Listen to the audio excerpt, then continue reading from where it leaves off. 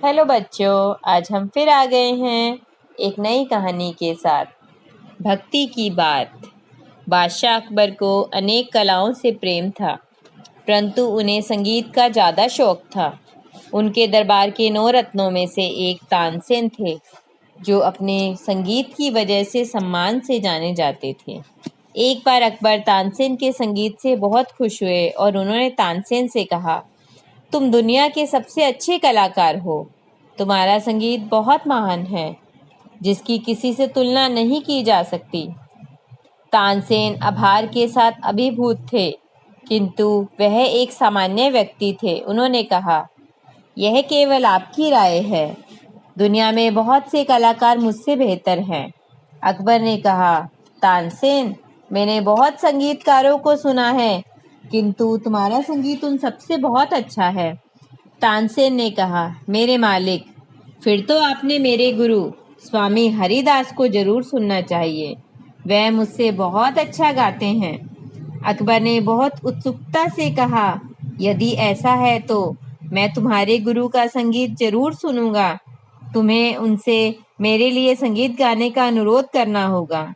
तानसेन ने कहा, मेरे मालिक, स्वामी हरिदास कभी दरबार में नहीं आते हैं और न ही वह आपके लिए गाएंगे, किंतु यदि आप मेरे साथ उनके घर जाएंगे तो आप उनका संगीत सुन सकते हैं। अकबर और बिरबल तानसेन के साथ स्वामी हरिदास के घर जाने को राजी हो गए। अकबर स्वामी हरिदास के घर कुछ दिनों तक रुके, किंतु गुरु ने उस बीच में कुछ भी नहीं गाया। अकबर अधीर हो रहे थे। उन्होंने तानसेन को बुलाया और कहा, स्वामी हरिदास कब गाएंगे? मैं यहाँ 4 दिन से हूँ, किंतु अब तक उन्होंने संगीत का एक शब्द नहीं गाया। लगता है मुझे बिना संगीत सुने ही वापस महल में जाना होगा। तानसेन ने कहा, मेरे मालिक, गुरुजी केवल तभी गाते हैं जब उन्हें लगता है कि सही समय है। हमें धैर्य रखना चाहिए।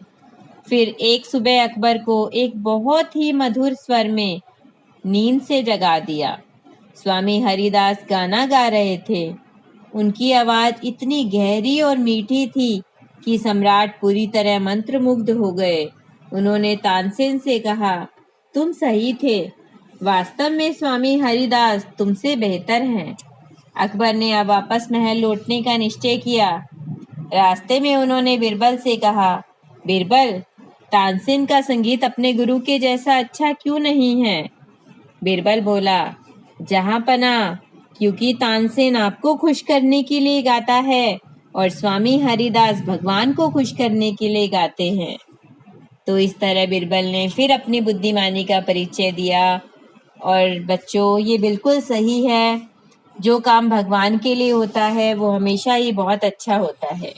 अब हम मिलेंगे अगली कहानी में, अगली वीडियो में एक नई कहानी के साथ। Till then, bye.